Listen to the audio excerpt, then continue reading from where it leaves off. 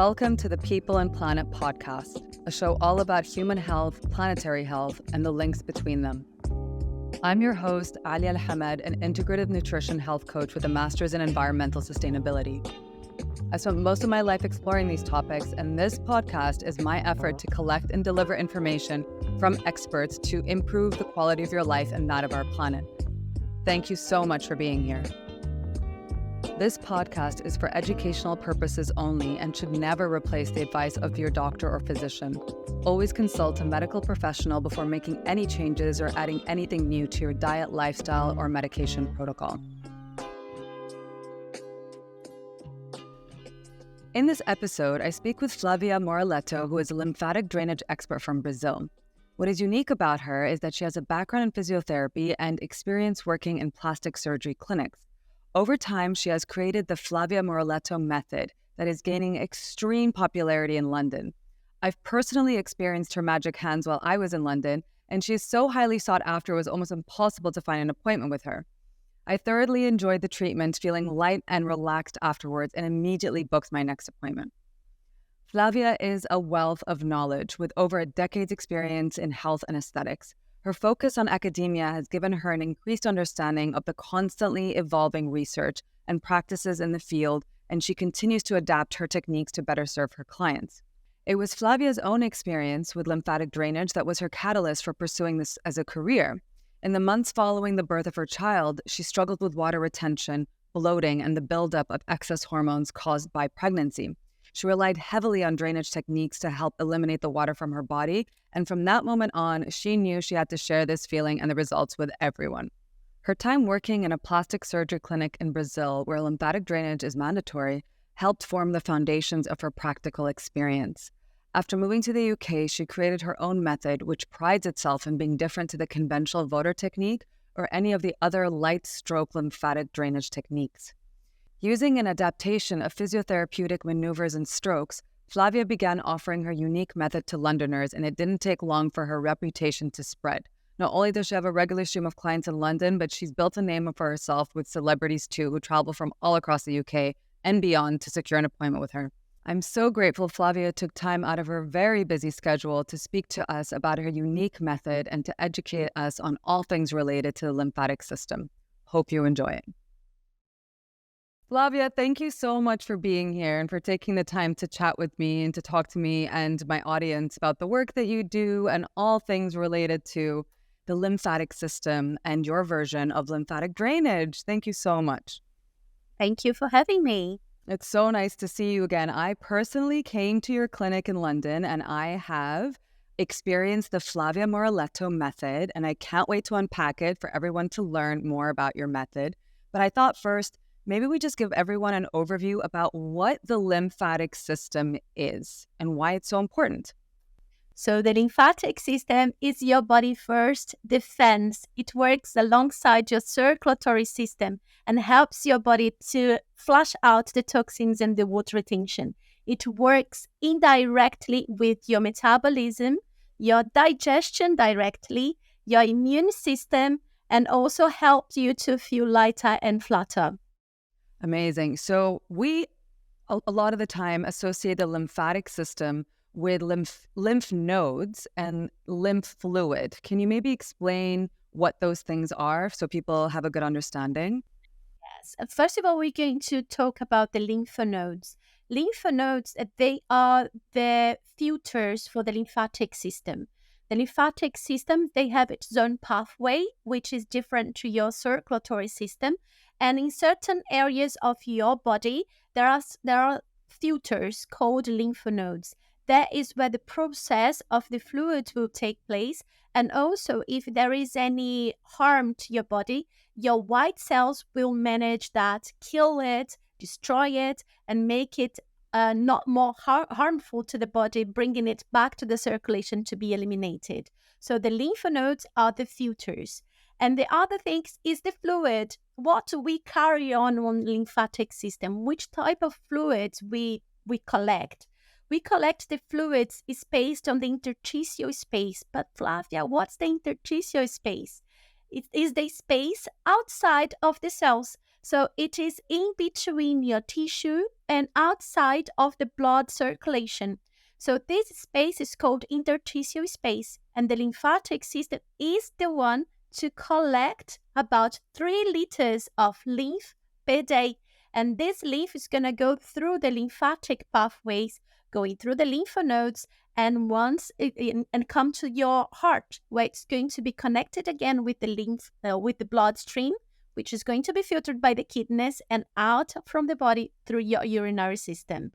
So what actually is in the lymph fluid besides water? What makes up the fluid? So a lot of the fluids, it's plasma, it's the blood, but not with the red cells. Okay? And alongside that, we have the metabolic waste from the reactions on the other tissues, toxins, but it's mainly based on protein. And does the lymph system or the lymph fluid interact with our myofascia? It does. It interacts to everywhere. The lymphatic system is everywhere. We have the smallest receptors everywhere. It's spread all over your body, into the skin and organs and fascia. And I know for the circulatory system, we've got a pump, which is the heart. The heart pumps the blood throughout the body. But what about the lymph system? How does it work? It doesn't work like that. The lymphatic system works by itself, but because there are valves inside of them. Oh, every time you mobilize, every time you go for exercises and you stretch your muscles, you're stretching your fascia, and you're making your contractions from the lymphatic system to contract as well. In only one way, it's unidirectional. It's only one direction. So it doesn't come back. Once it is inside of the capillaries, the lymphatic capillaries, it goes all the way up to find the way in the heart again. And so movement is essential for getting the lymph fluid and to get our lymphatic system really healthy and to make sure we have healthy detoxification, as I understand it, and immunity. Movement. Yes, as I said, the lymphatic system is your body first defense. So it's very important to get this lymphatic flowing to avoid any stagnation. And movement, yes, indeed. The only way that the fluids move inside of you without any external stimuli like my hands, it's doing the movements. So I recommend you to do cardio exercises and also the diaphragmatic breathing. Because when you expand your rib cage, you're going to contract the lymph vessels that goes through your external part of your body, which is the main duct for the lymphatic system. So you press it again, and more fluid will go back to the heart. I want to talk about your hands. Tell me about your method. What, first of all, is a lymphatic drainage massage, and why is your method so different? So I've had many types of lymphatic drainage massages throughout my life, but what I'm used to is a very soft approach. But when I came to you, and I love the treatment, which is why I invited you to come talk to us today, it had a little bit more of a harder pressure. Can you just explain to us, why do we drain the lymph? Why is that important? And why does your method work the way that it does? So to explain this to you, I need to go back to history. When lymphatic drainage was created in 1931-36 by Dr. Voder, it was created for respiratory conditions, so for sinuses. So, of course, the touch for the sinuses, it's very light and very delicate. When it comes to the body, and also when you move the sinuses to get back on the blood circulation, you move the fluids from the face, neck, and collarbone, so it's down. When you do lymphatic drainage in the body, it's all the way up. You need to bring it up. So there is the lymphatic system where we can work through the massage is superficial. Of course, we have internal, deeper pathways of lymphatic system, but we don't get to touch it by hands. So what we can assess by the treatment I do is what is superficial. And studies shows that sometimes we need higher pressure to bring the fluids from the bottom of your feet, let's say, back to your heart. It's not the same pressure that you use from the face to your collarbone. So that's why the lymphatic drainage was developing and getting to a point where the pressure was modified. So going to Brazil, where I'm from, we used a lot of lymphatic drainage for plastic surgeries. And the technique was modified because we could see more results in using higher and slide instead of feather-like touch.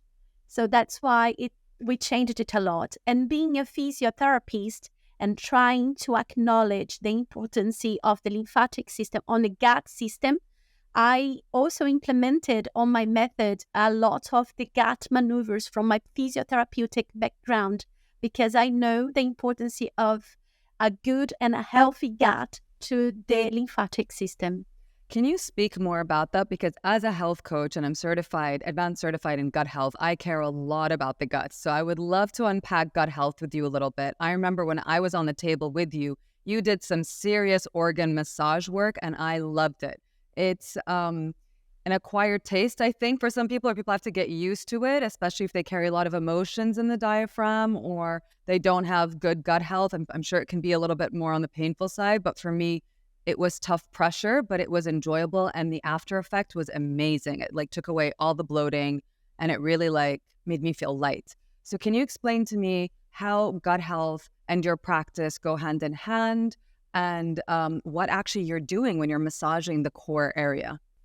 So as we know, the lymphatic system carries out a lot of the hormones and big molecules such as lipids, fat cells, back to the circulatory system, because they are big cells and they cannot be transported by a normal blood vessel. So it goes through the lymphatic system, which can carry bigger molecules. And we also know that in the gut, we have something called the gut-associated lymphoid tissue on the Peyer's patches. They are responsible to produce 70% of your immune cells. How great is that? And what we are facing today, we are facing a population, especially women, suffering a lot from bloating and constipation. We know that what we eat today, the lifestyle we are having, and also lack of nutrients, I would say, it causes a lot of gut issues. And if we have an inflamed gut issue, it directly will impact the production of immune cells on our gut. And not only immune cells, we know the hormones are produced, also the serotonin, a lot of hormones are produced in the gut. So once we know we have a constipation, we have a sign of inflammation. If we have IBS, we have an inflammation. If we have a bloating, it is a sign of inflammation. So that's why I wanted to implement a lot of the gut maneuvers that you experienced to help your digestive system to low down the inflammation rate, so your body can go again and produce the cells that will defend you, will support you in so many ways. So what exactly are you doing when you're in my gut, when you're massaging my organs, when I feel you go up into the diaphragm? You put a lot of pressure on the different organs in the tummy, but then you also do a wave type of maneuver, I remember. What exactly is happening if I were to look inside? What's actually going on? My main goal is to speed up the global way to collect more lymph as possible. This is my goal. So all the maneuvers that I associated in my method is to see the lymphatic in a global way. If there is anything I can do to boost the collection, I associated on my method. So when I do the diaphragmatic release, the diaphragm release, I'm allowing your gut to relax the tension and to make the connective tissue to contract better. So I'm releasing the tension. So better flow, better contraction will be done for your lymphatic system. Also, you can breathe better because your diaphragm is the one who makes your lungs expand and contract. If your diaphragm is tense or is tender or it's tight, we are not going to have a good flow on your lungs. So your oxygen levels will also be impacted. And I need oxygen for a lot of things on my day to day, for a lot of reactions in terms of my cells. So I also increase your saturation, your oxygenation, which is going to also help you with your relaxation, with more focus. And when you stand up from my table, you definitely feel lighter because of all these tricks that we adjusted in the lymphatic system. In terms of the gut itself, we work with the peristalsis. So we speed up the movement, the normal movement of your gut.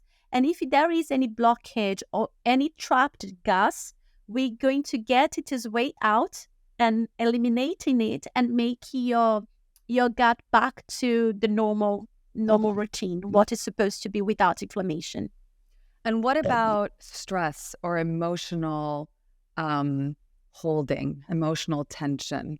How do you see that manifest in a person's body, or how do you see it manifest when someone is wanting to improve their lymphatic system or their immune system and they're carrying all this emotional stress?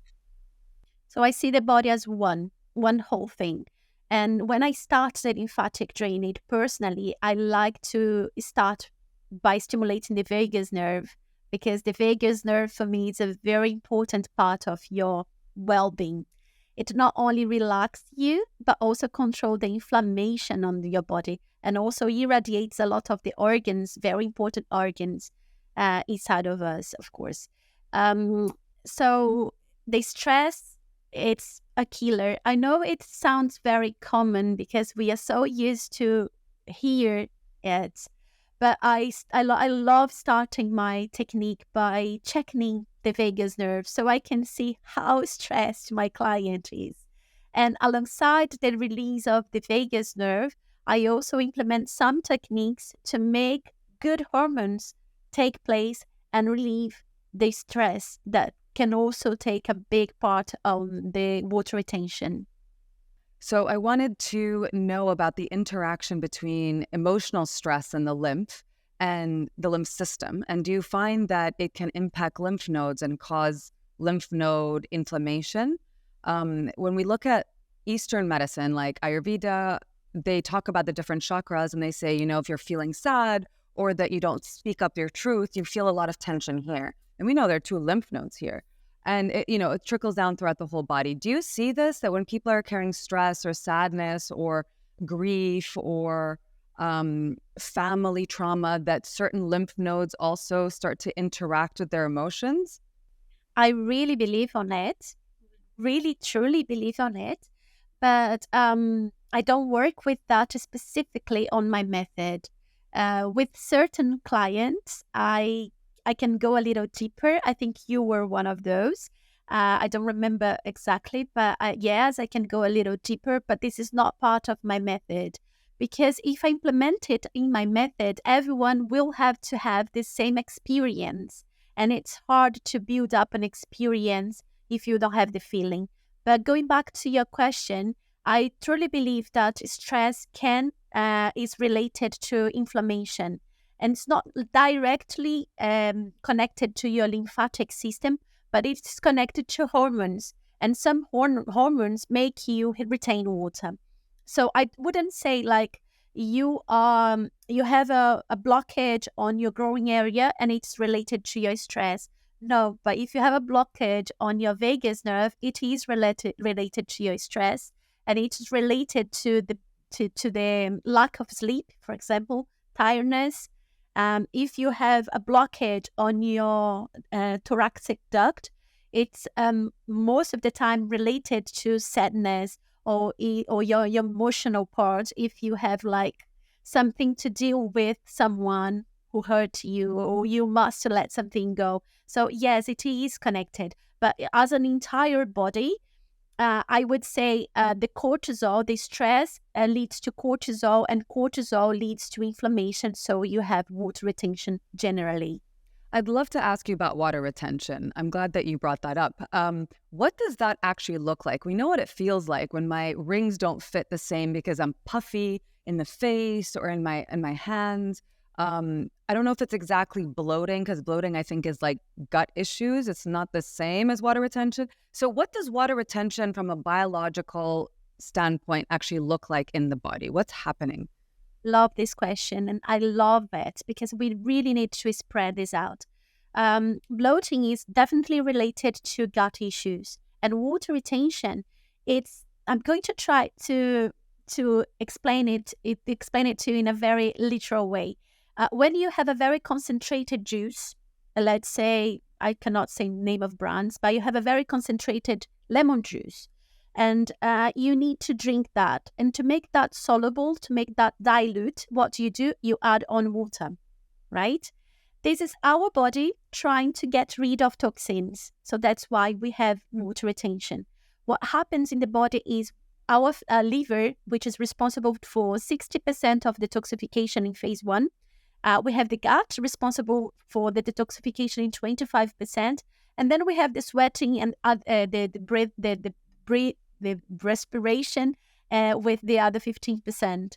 But going back to detoxification, which our body does 24/7, we have 2 phases. And the first phase is to get the toxin, which is 90% of them very intimate with the fat tissue. So we call they are liposoluble. The toxins are very close to the fat tissue. So in the first phase of detoxification, we have to turn this fat friend into a water friend. So when we have a lot of toxins, what the body does, just for a protection way, it starts to retain water. So we have water enough to turn that toxin into something water friend, hydrosoluble. So it can go to the second phase of the detoxification, which is the excretion, which is the excretion. So that's why we retain water. So it means like your liver, your gut, and your other ways of detoxification are overwhelmed with the amount of toxins we are dealing with. And it's retaining water in a protective way so we can turn it to get it out of the body. That's so interesting. Okay, so what does it actually look like? Is it a lot of water in the lymph system? Is my blood more full of water? Is it the cells that are just swollen full of water? Where is the water exactly? I feel it, but I don't know where it is. The water, most of the time, they are in the interstitial space. But if there is toxins, the water will be inside of the fat cells.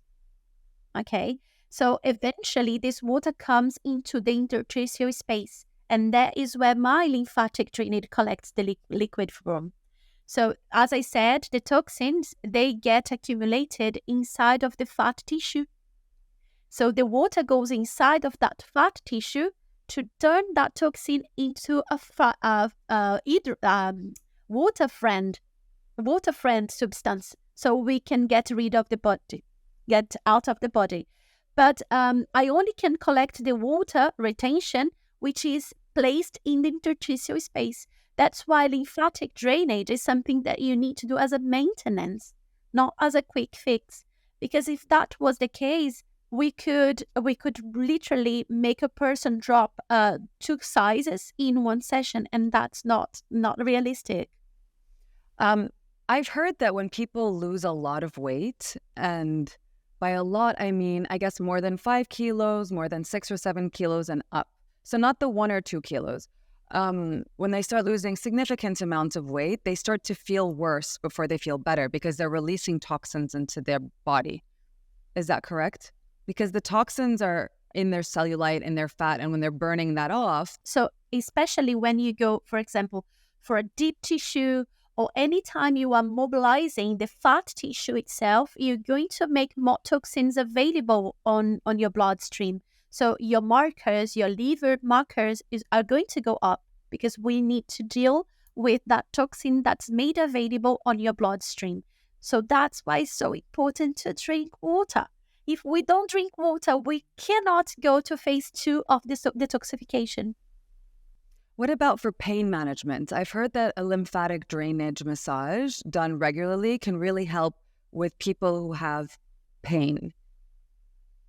Not directly, but because of the touch, because of the human connection, because of the good hormones released, the relaxation hormones released during the session, it can minimize the effects of pain. And also through lymphatic drainage, you can collect the lactic acid, which cause pains as well. So you're cleaning your body from the toxins and also getting rid of the metabolic waste and minimizing the feeling like the chronic pain. And when you reduce inflammation that is probably showing up in the body, which is causing pain, that can also probably help. One of the signs of inflammation is definitely the swelling. The swelling compress the nervous terminals, and that causes pain. So if there is swelling, you're going to feel more pain. When you do lymphatic drainage, you collect the fluid away, and less compression will going to be present, and then you're going to feel less pain as well. How often do you think someone should be coming and doing a lymphatic drainage for best health, optimal health? So in Brazil, where lymphatic drainage is highly, highly popular, we recommend it once a week because we are exposed to so many toxins, like not only from inside of our bodies, from the detoxification process, but also from outside, from things that actually we can choose. For example, the cosmetics, the food we eat, the air we breathe, everything like the nails, the hair, everything is now full of toxins that the liver needs to deal with it.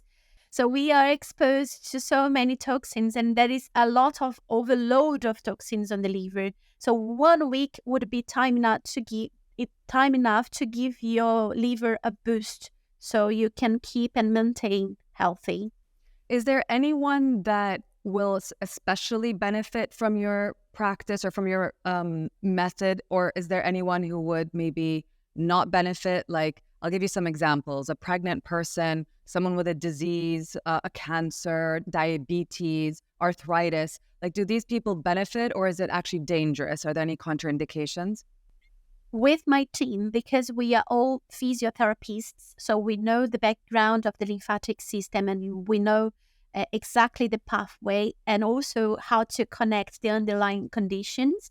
It's completely safe to have lymphatic drainage unless you have an active cancer, which means like a cancer which was not removed by surgery yet. So we do not perform lymphatic drainage if the person has an active cancer or a kidney disorder where you are building up fluids. That's no point of doing this because you're going to collect more liquid into the blood circulation to be filtered by a not performing well kidney. So that's the only reason, and that's for the only two contraindications, I would say. What about someone who's just had a surgery and maybe a more serious surgery, like a reconstructive shoulder surgery, or something that's more serious? Is this a beneficial thing, or should they wait for 3 weeks or 3 months before they come see you? No, if you go again for a post-operative specialist, which uses lymphatic drainage as a tool, one of the tools, you can definitely go for it and you're going to benefit a lot. Because one of the symptoms of the healing process is the swelling.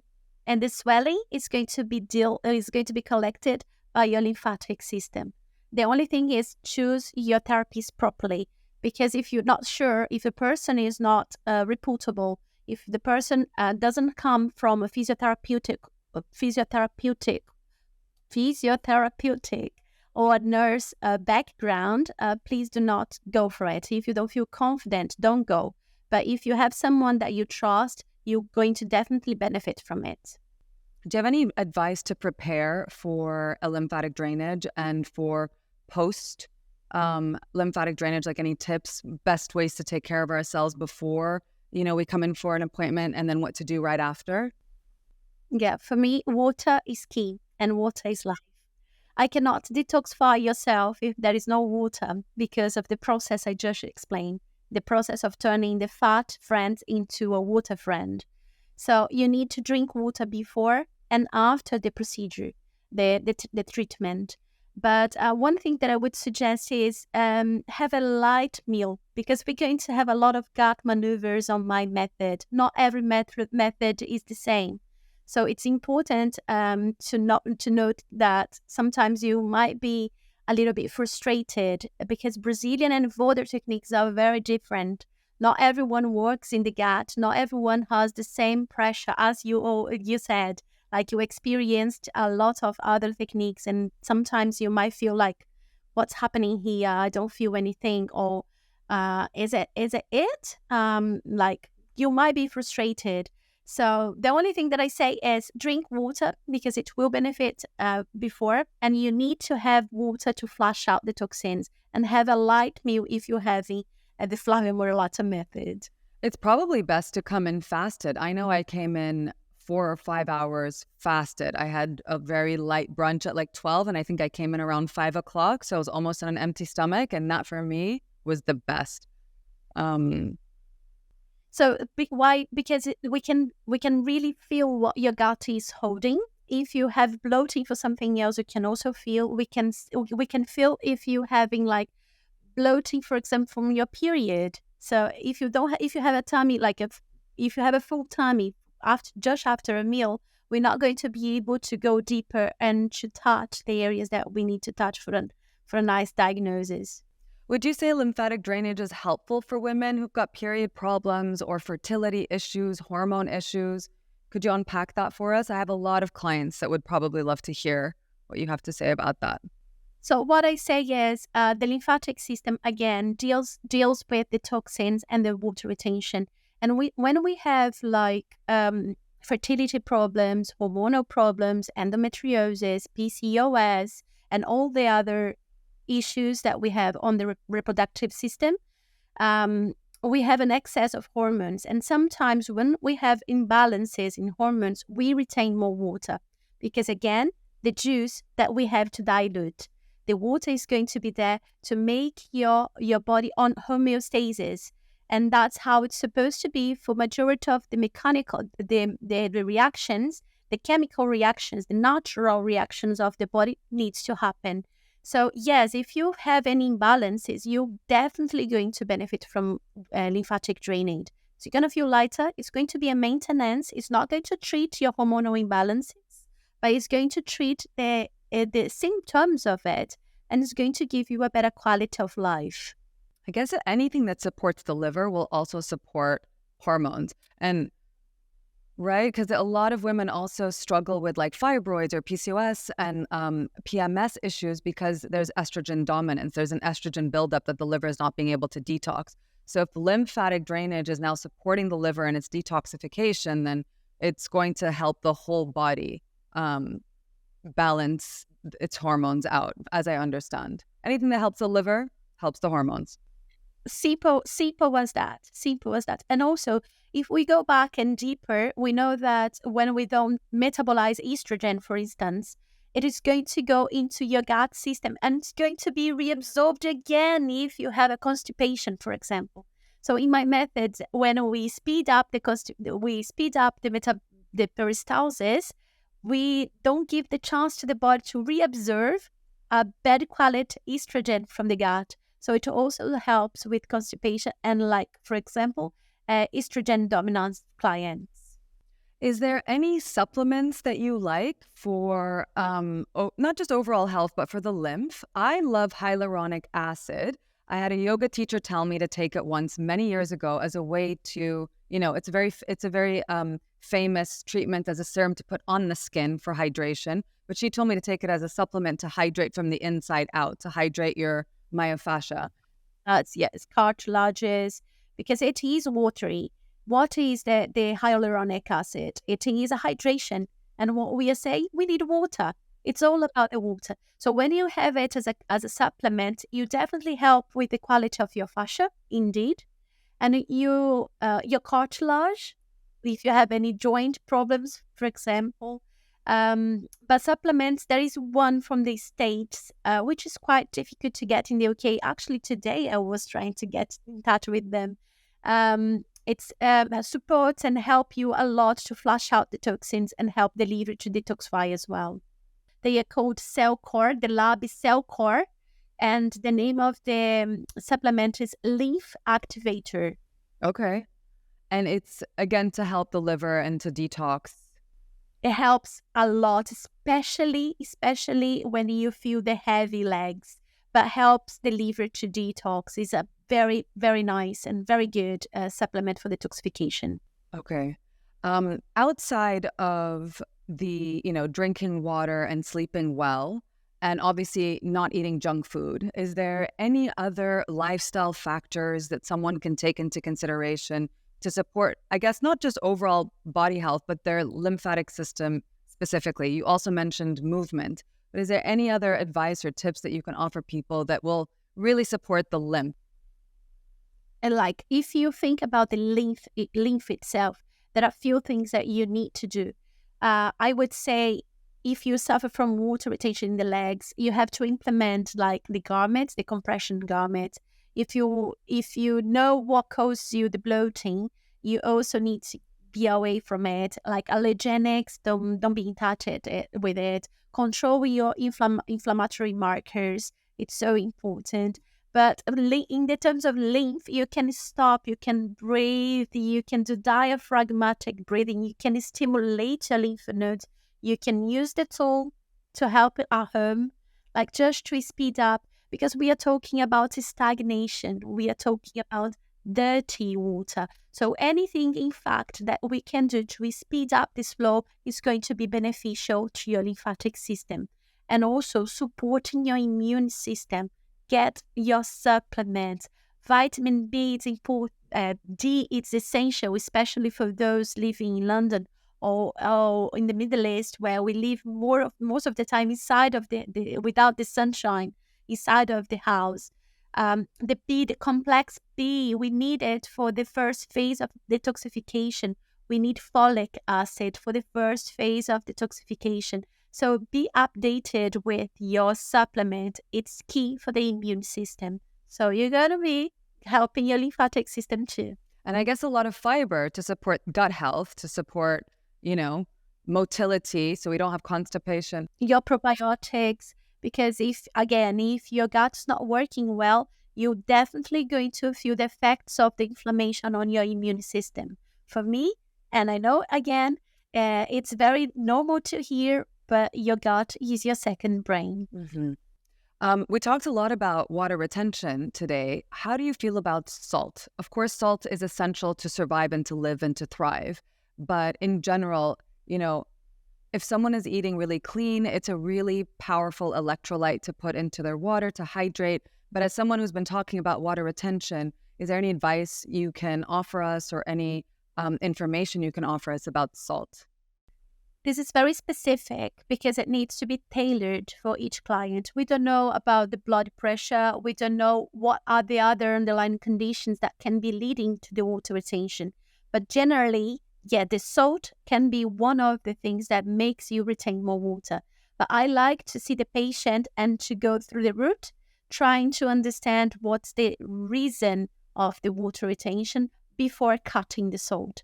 So going through the blood pressure, going through like the routine. But indeed, cutting all the preservatives on food, taking a look on the label of whatever you buy in the supermarket, it's essential. There are so many things with a lot of sugar and a lot of salt. Mm-hmm. I talk about this a lot in my practice as well, as learning that ingredient list. And if it's something you don't understand, your body won't understand it either. You want to stay really close to real whole foods and away from the preservatives and the artificial additives, for sure.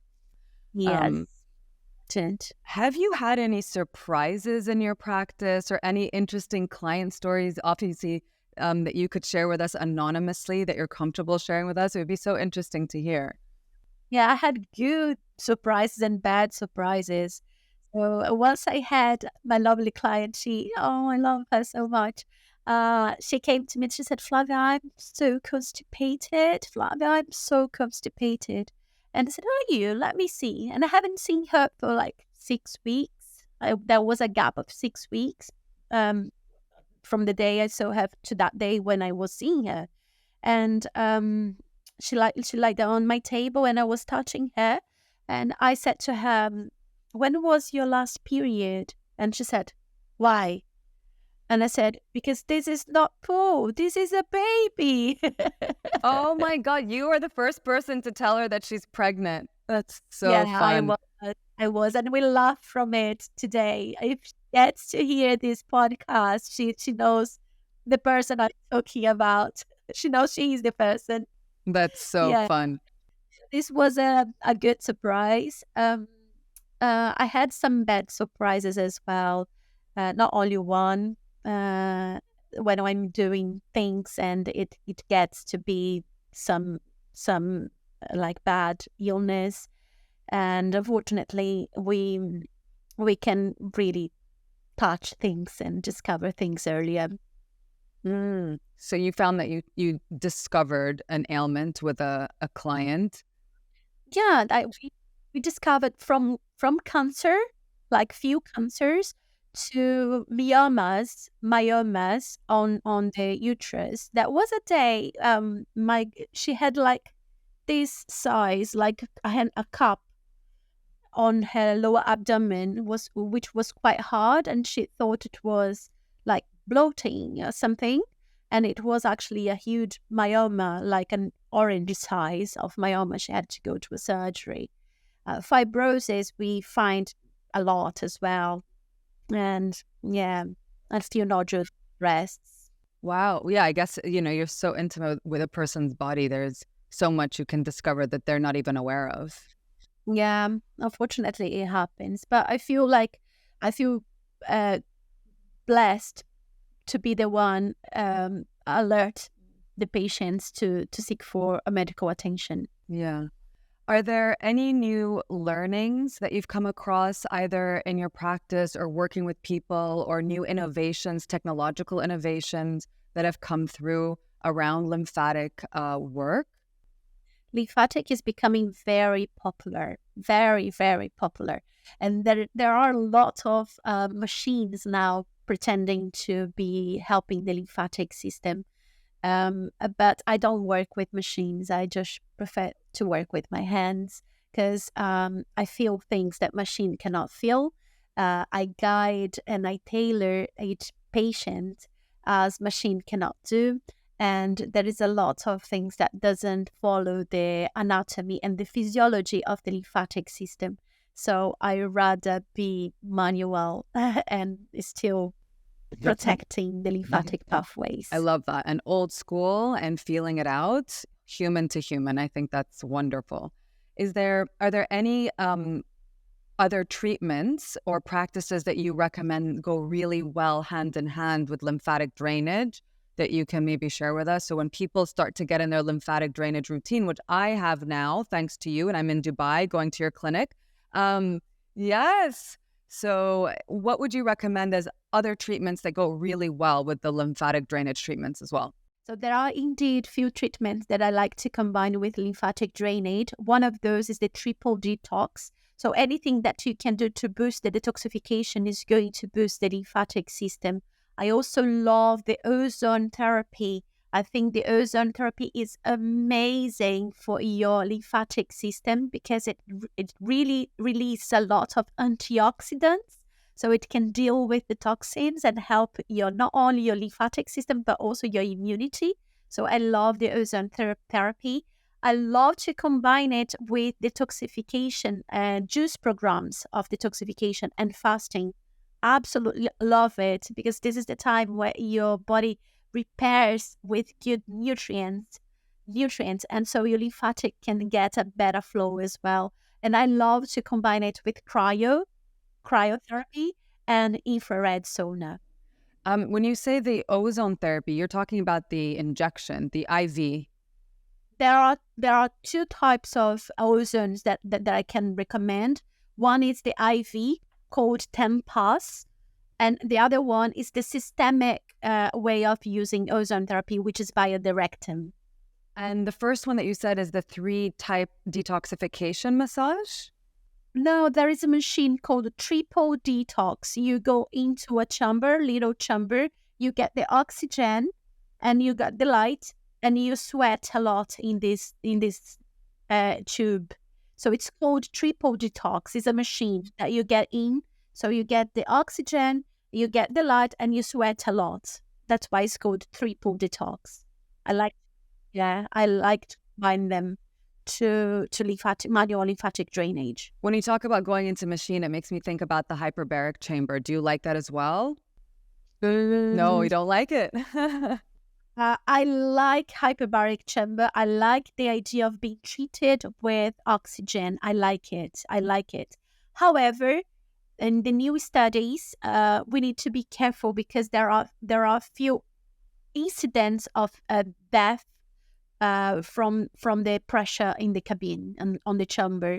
So there are studies combining these incidents to the chamber. So I'm still not so sure if I'm recommending clients there. I'm waiting a little bit more for my studies. Okay. When I was making an appointment recently to go get my lymph drainage done next week, they asked me if I wanted the body or the face. And then I learned, and I might be wrong, so please correct me if I'm wrong, that most of our lymph fluid is from the neck up in the face. It's not actually the body. It's not the flow, but the lymph nodes. The lymph nodes then filters 1/3 of the lymph nodes for the whole body are placed in the face and neck. So you're right. So the lymph nodes, not the lymph fluid. Yes, the lymph nodes, not the lymph fluid. Okay, and so is there a difference in the way that my body feels if I just do a facial lymph drainage for 1 hour instead of going into the body? 100%. If you do the face, you're not going to feel your body light. If you do the face, you're going to feel your face less puffy, and with sometimes, depending on the technique, the skin more tight. I love a good facial massage, but this is completely different because you're draining the fluid. Yeah, that's a good point, actually, because facials are very popular. They are very trendy. And sometimes we see videos of people doing a lymphatic drainage, but pushing the lymph up, which is completely against the physiology. So we know that we need to bring the lymphatic system down to the collarbone. So there is no such a thing as bringing the lymphatic system on the face to up. No, up is always down. Oh, so when people are doing their in-home gua sha techniques and massages, you recommend that they bring it down to the collarbone. And then when they're working on their body, you bring the body up to the collarbone. So to the heart, basically. That's correct. So we do have few lymph nodes. So when we do the lymphatics, we bring the liquid from here to the back of your ear and then down to your collarbone. So this is correct to do. But here we have the lacrimal gland that sometimes we bring to the temporal lymph node and then to behind of your jawline and then down to your collarbone. So we need to follow the flow. You can bring it all the way down here on the neck. Okay, well, thank you so much for being here and for answering all my questions. You provided us with so much priceless information. I wonder, is there any last minute advice you'd like to offer people, or tips or things for people to think about if they're ever going to get into a lymphatic appointment? So thank you so much for having me. It's an honor to be sharing everything about this beautiful system, which is so important to us. So tips in regards to the lymphatic system is it doesn't need to hurt. If it's hurting you, it's not lymphatic drainage. So we need to be educated in this content. People are making money over you selling things that's painful, pretending to be lymphatic drainage. Lymphatic drainage shouldn't be painful. This is my tip. We'll leave on that note. Don't forget to drink water. Thank you so much, Flavia. It was such a joy to speak with you. I appreciate you being here. Thank you. Likewise. I'm looking forward to see you very soon. Yes, you will. You will in London. Thank you. Thank you for listening. Please share with family and friends that you feel could benefit from this episode, and make sure to hit that subscribe button and leave a rating and review to support the show. Check out the links below for more information about my guests and where to find them. And make sure you're following me on Instagram at wholesome_practice to learn more about what I do. I appreciate you being here, and I'll see you on the next one.